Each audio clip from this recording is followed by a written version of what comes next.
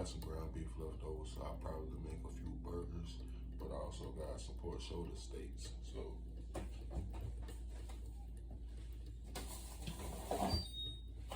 I got these. I go to Aldi's. I like Aldi's. Sometimes they got pretty good deals on different things. You got to check the dating and stuff, but I got 3 good sized pork shoulder steaks for just $6 because it was a good deal on sale. So usually a lot of people like to plan before they go to the store, but I always say don't plan with your meats and things unless you just absolutely want that meat in particular, or you can just afford to ball out all the time. What I recommend is you go to the store when it comes to your meat and things like that, and you see what's on sale, whichever one offer the best sale, the best deal. If you do eat that, because I know some people don't eat pork, things like that, but if you do eat it, then just go with whatever on sale, so that way you can accumulate maybe a couple of them. That's a good deal. Put one in the deep freezer if you need to, and save it for later. But hey, take advantage of a good deal. That's what I say. Good size pork shoulder steaks. All right. So next, I got my pork shoulder steak. What I'm gonna do is rinse them off a little bit, and then season them up.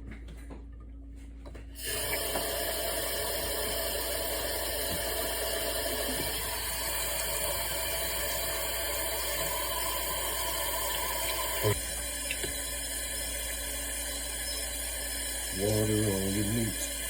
Put water on your meat. I might do that this time with it. Or I might put it in the oven and let it slow bake. Then come back and flip it and let it bake some more. That sounds good too, right?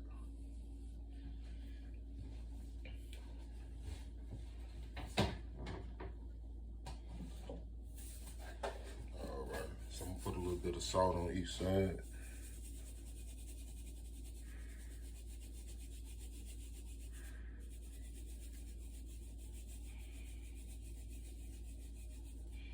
And then salt, it's iodized salt. Black pepper, much as you desire. Some people got problems where they can't just have pepper like that, so you just have to judge it off of that.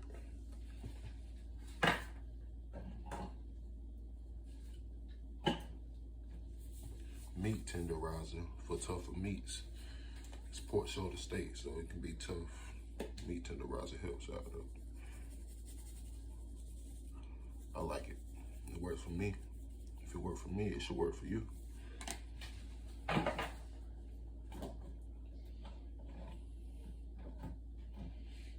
Garlic and pepper seasoning. Sometimes that humidity have things harden it up. You gotta loosen them up.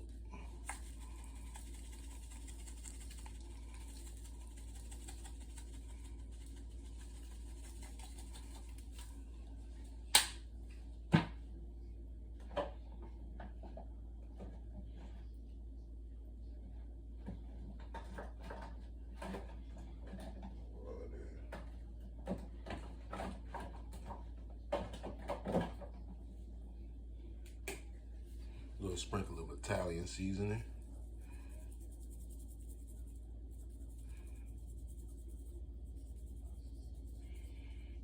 I'm glad that, well, I know Italians a lot. Never mind, I'm not even gonna speak on it. I'm not gonna speak on it.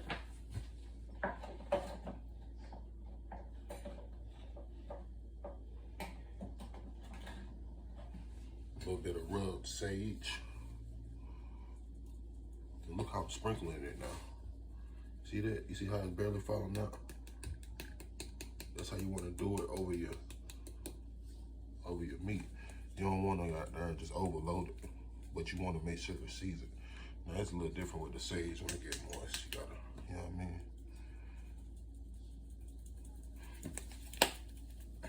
All right, there we go.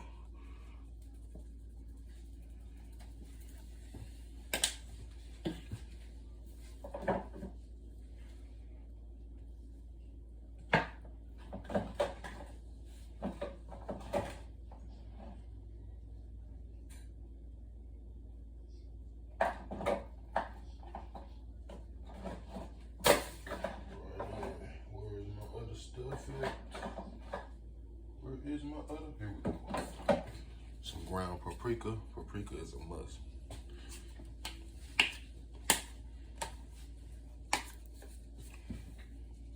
Not a lot, but you want to give it a good little sprinkle over the meat.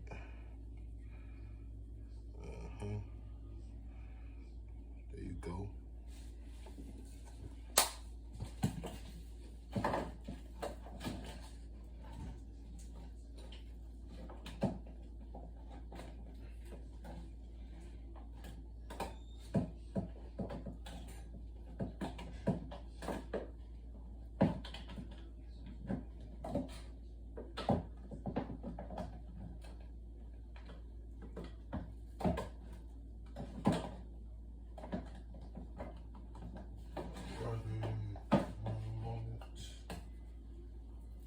A bit of oregano leaves.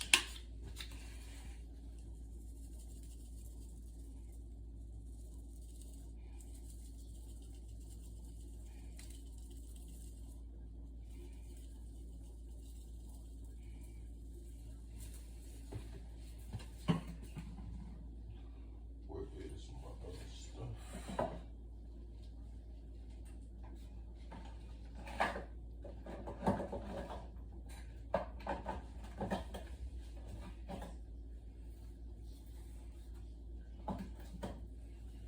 Here we go.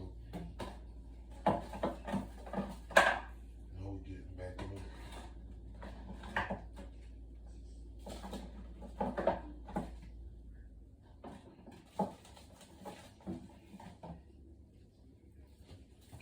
And chopped onion and garlic powder.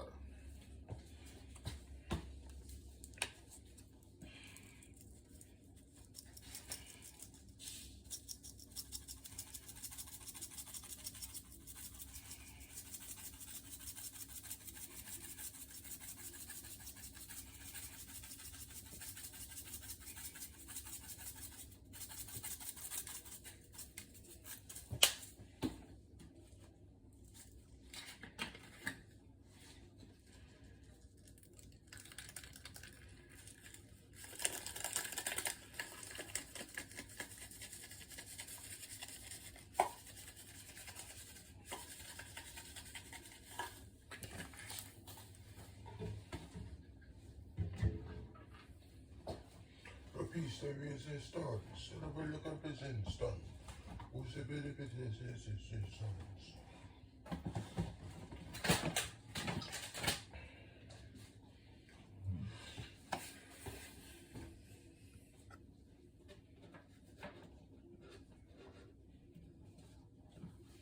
Alrighty.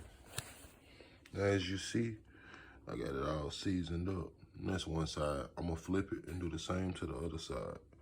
So season it up good as you wish. Just season it though, man. Some of y'all don't season. Just season it at least. Please. Please. Just put some seasoning in it, please. Do it for us. Season your food. Okay. As you can see, we're all seasoned up. Got both sides seasoned up. You're gonna add some water in your pan. You know what I mean? Not too much. Don't fill it up, but add some water in both corners of your pan. A little bit on right here, a little right here. Because once you cook your meat in the oven, it's gonna start to dry out. And you want it to suck up that water to keep them juices in there. But you also don't want to dry your pan out too fast before the meat done cooking, because then you're gonna be looking crazy. Meat sticking to the pan, you know what I mean? So add a little water to it. So also, like I said, I'm gonna add a couple of peppers in there. You just cut the peppers up how you want to. That's something you didn't know, depending on how you chop your vegetables, it brings out different tastes and flavors in your food. So you can chop them long ways, big, small, however you do it.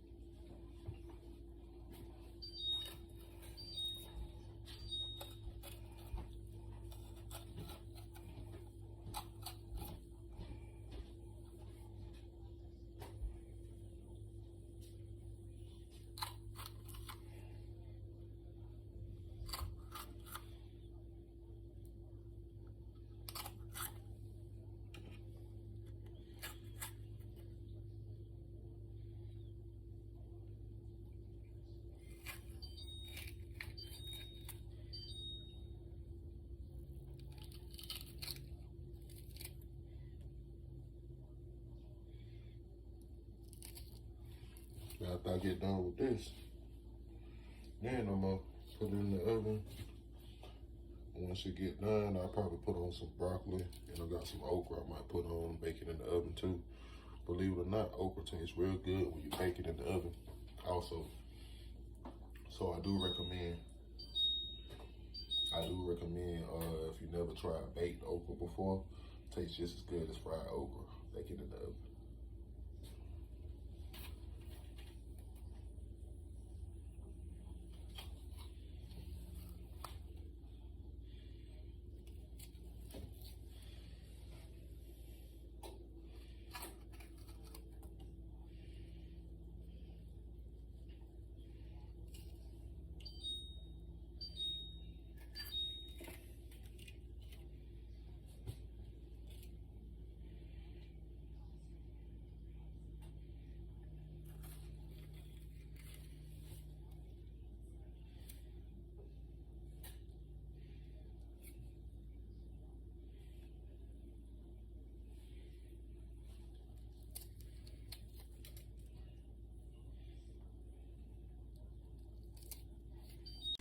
All right, taking a look at it, I done flipped them. Let's see what they're looking like.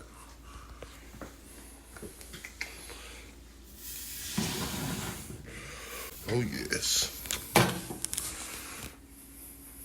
that's what you want to see.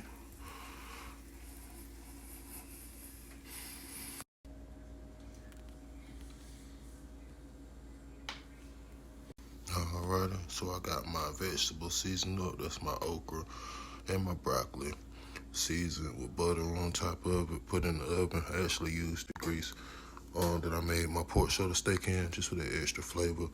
Let these roast in the oven. It's gonna be fire. Alrighty, and there go my burgers I got cooking, just 4 of them. That's the ground beef I had though. As you see, I seasoned it up. Chopped onion, a little garlic powder, salt, pepper, a little bit of oregano, a little bit of paprika, and there you go, baby. Now, when you cooking your burgers, you don't want to cook it at real high heat. I just flipped it. Now, sometimes a lot of people do, most people pre-season their meat, which means they'll season it, mix it up together, and then cook it. And now you can do that. Sometimes I just like to throw the seasoning on mine while it's in there, flip it, throw some on the other side. That's cool too. But yeah, what I think is make sure you keep it on like medium. Don't go too high, medium high or high. Just kind of once you preheat the pan, let it cook like that. So that way your burgers, once you flip them, they're looking good. They're cooking through fully. You don't want to overcook it, but you don't want to undercook it to where you get some of the meat brown and then on the inside it's pink because you cooked it too high. That's when you cook it too high. Cook it a little lower so it can cook through the way it needs to. All right. There you have it. My hamburgers and my pork shoulder steak. How does it look?